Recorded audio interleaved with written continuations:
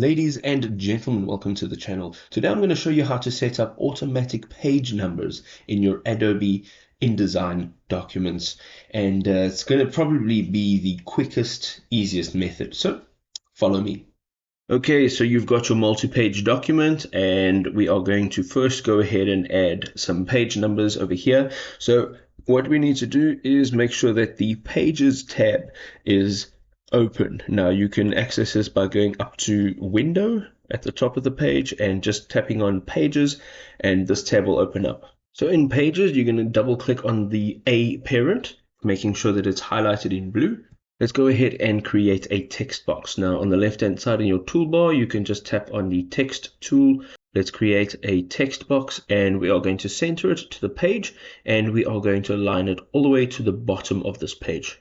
So let's type in there page 01, and from here you are going to just highlight the 01, and we're going to add a special character here.